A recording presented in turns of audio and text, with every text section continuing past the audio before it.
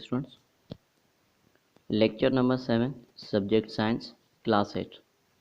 Topic is endocrine system and the nervous system of a mammal.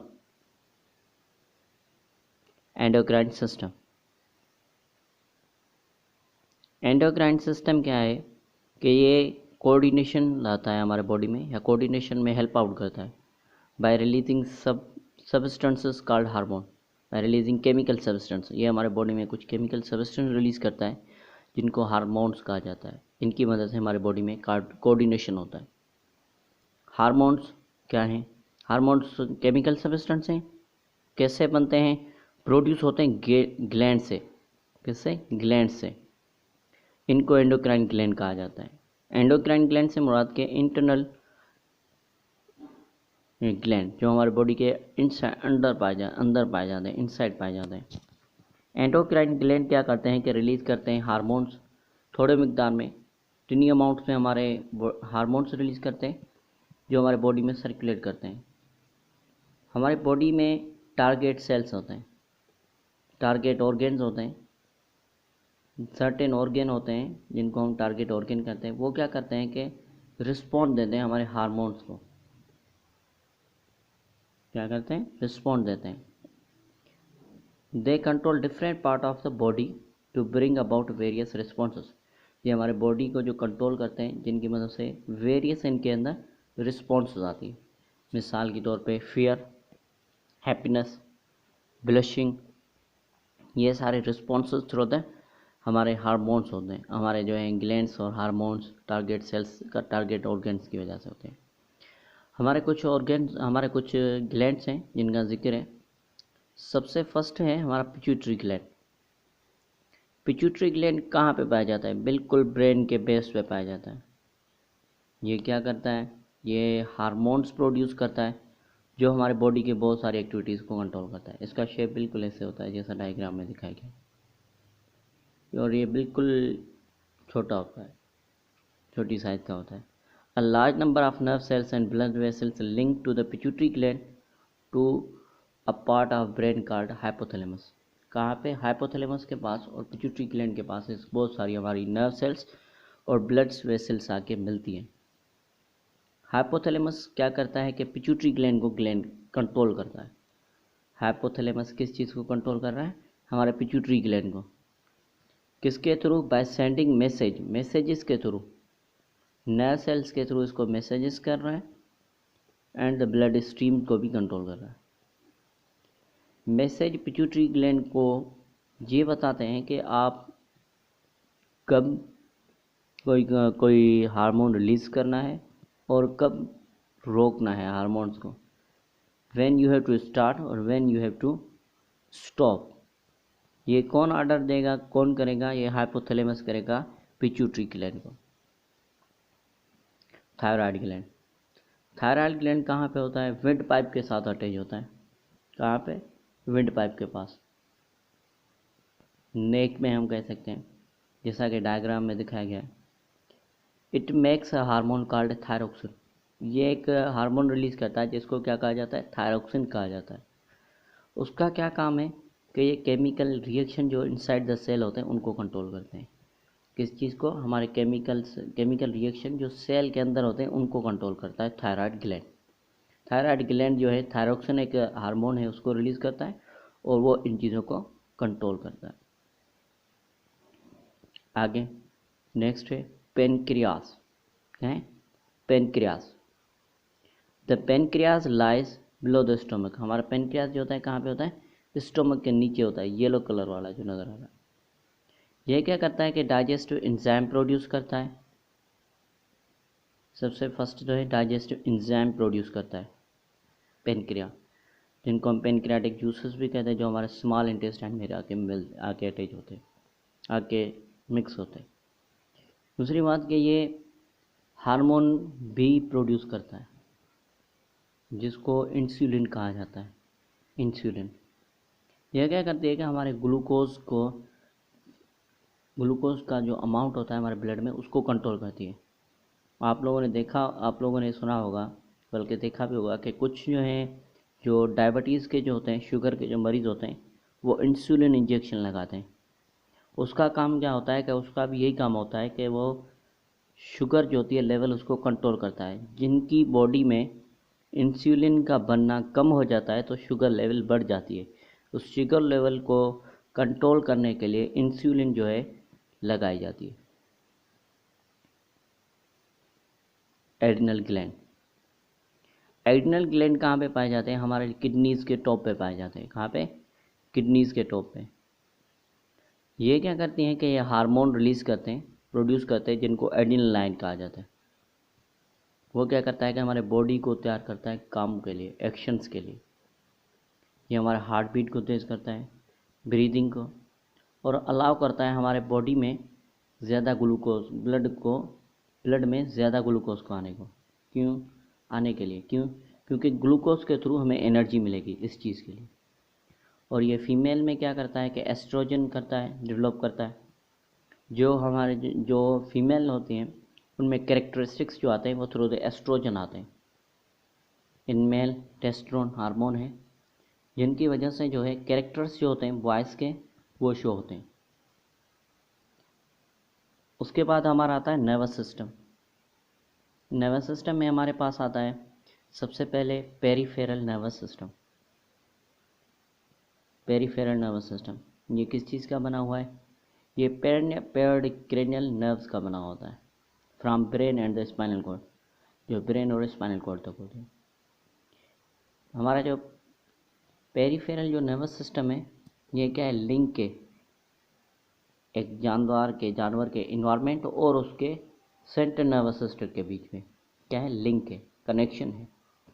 It contains both sensory component that carry neural commands from CNS to effectors. जो हमारे क्या करता है कि messages लेके आता है। कहाँ से? हमारे सेंसरी कंपोनेंट से लेके हमारे जो सेंट्रल नर्वस सिस्टम है वहाँ से। इसके पास इफेक्टर जो हमारे तकरीबन मसल्स ही होते हैं। इसका डायग्राम ये होता है जैसे कि मैंने डायग्राम शो किया है। यह क्या करता है कि इंफॉर्मेशन लेके आता है किसकी फॉर्म में? पल्सेस की फॉर्म में, इम्पल्सेस की फॉर्म में। वो किसके थ्रू हम कंडक्ट करते हैं? एक्सन्स के थ्रू। वो क्या है? एक्सन्स क्या है? एक्सॉन्स मिलके हमारे जो हैं नर्व्स बनाते हैं, नर्व्स में कनेक्ट होते हैं, नर्व्स बनाते हैं। उसके बाद हमारा आता है central nervous system. Central nervous system क्या है कि हमारे ब्रेन और स्पाइनल कॉर्ड का बना हुआ होता है। ब्रेन क्या है? ब्रेन हमारा क्लोज होता है एक बोनी केस में जिसको क्रेनियम कहा जाता है।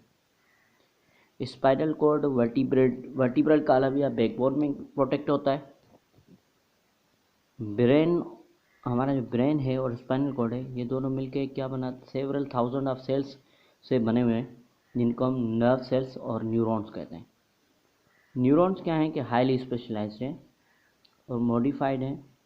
किसके लिए? पर्पज़ के लिए, रिसीविंग एंड रियलाइंग नर्वस इम्पल्सेस। पहली बात तो वो रिसीव करने के बाद उनके ऊपर रिस्पॉन्स देने के लिए, पर्पज़ के लिए इस्तेमाल होते हैं। न्यूरॉन क्या है? स्ट्रक्चर न्यूरॉन का या नर्व सेल का। न्यूरॉन और nerve cell has a cell body made up of large nucleus and dense granulated cytoplasm. ये बिल्कुल ऊपर वाला जो हमें आ रहा है, शो कर रहा है, ये इसका नर्व सेल है। इसके बीच में जो है ब्लू कलर का जो नज़र आ रहा है हमें, ये न्यूक्लियस है, और जो फ्लूइड लाइक मटेरियल नज़र आ रहा है ये हमारा साइटोप्लाज्म है।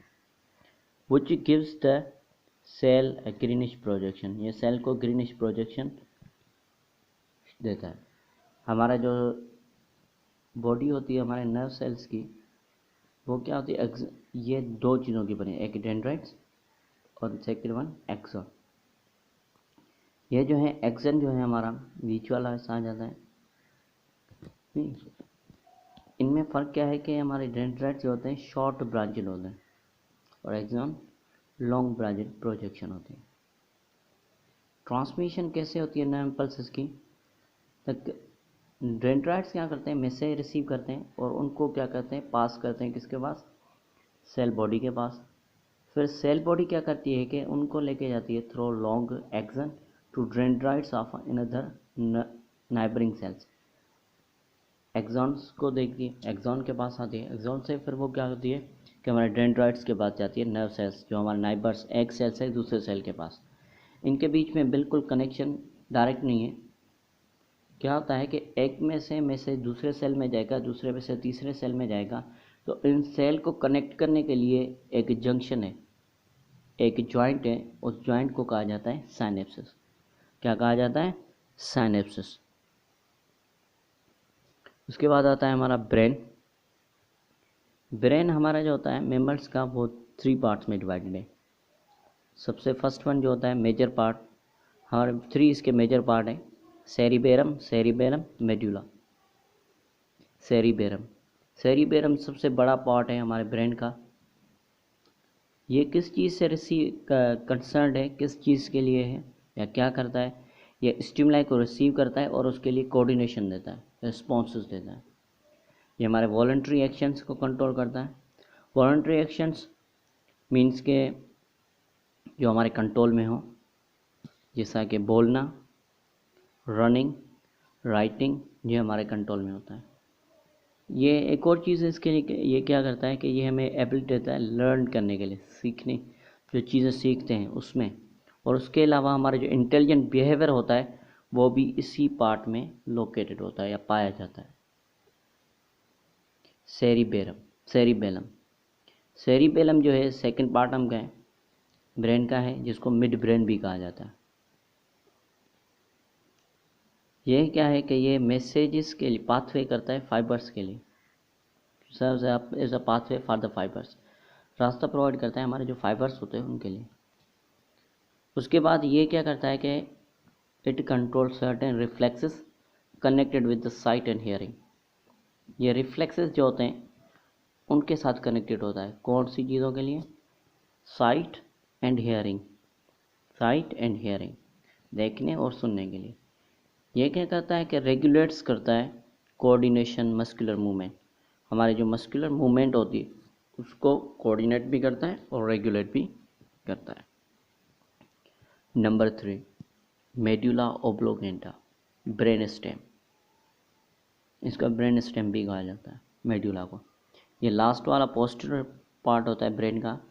ये हमारे इनवॉलंटरी मसल्स की जो मूवमेंट होती है उनको कंट्रोल करता है, जैसे ब्रीथिंग, हार्ट बीट, डाइजेशन, ये हमारे कंट्रोल में नहीं होती, तो इनको कंट्रोल हमारा मेड्यूला ओब्लोंगेटा करता है। उसके बाद हमारा स्पाइनल कॉर्ड है। स्पाइनल कॉर्ड है कंटिन्यूशन ऑफ ब्रेन की करता है, क्या है? Continuation of brain. ब्रेन जो है आगे, जो हमारा ब्रेन का हम ऐसे कहेंगे सेंट्रल नर्वस सिस्टम का एक पार्ट है। ये क्या करता है, कहाँ पे पाया जाता है? न्यूरल कैनाल, जो हमारा वर्टिब्रल कॉलम जो होता है उसका जो कैनाल होता है वहाँ पाया जाता है। ये क्या करता है कि it multiplies most of the involuntary और reflexes actions of the body. ये हमारे बॉडी के जो रिफ्लेक्सेस एक्शंस होते हैं, ठीक है, रिफ्लेक्सेस एक्शन के लिए बढ़ाता है, ऐसे कहेंगे multiplies most of the reflexes actions. Reflexes actions क्या है? ऐसे एक्शंस जो हमारे कंट्रोल में ना हो। रिफ्लेक्सेस एक्शन की डेफिनेशन ये होगी, a quick and sudden movement which does not involve the brain is called as reflex और इन्वॉल्यूंटरी एक्शंस।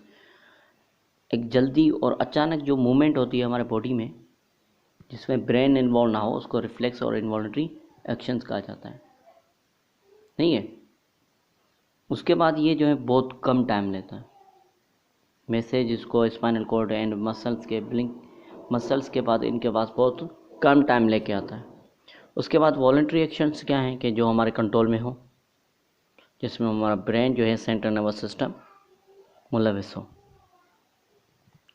ये कुछ स्टिमुलस हैं और उनके रिफ्लेक्सेस एक्शन है। Flash of a bright light, people's of I get smaller, जब हमारे आँखों पे ज़्यादा तेज़ रोशनी पड़ेगी तो हमारे आई की जो प्यूपल होगी वो छोटी होना शुरू हो जाएंगी। Speck of a dust touch eye, जब हमारी जो है आइज़ के ऊपर डस्ट पड़ेगी तो क्या होगी, हमारी आईलिड जो होंगी हमारी ब्लिंकिंग करेंगी। फूड हमारे जो है विंड पाइप में जब चला जाएगा तो हमें खांसी होना शुरू हो जाती है। जब हमारा जो है हाथ किसी गर्म चीज़ को टच करता है तो हम क्या करते हैं, उसको बहुत जल्दी तेज़ी से हटा देते हैं। तो हमारा जो आज के जो ये टॉपिक्स है, ये दो, एक था हमारा नर्वस सिस्टम और दूसरा था एंडोक्राइन ग्लैंड। तो आज का हमारा टॉपिक ये ख़त्म होते हैं। अगर आपको इसके हवाले से कोई भी चीज़ समझ में ना आई हो तो आप हमसे स्कूल में आके पूछ सकते हैं। ओके बेटा, सी यू।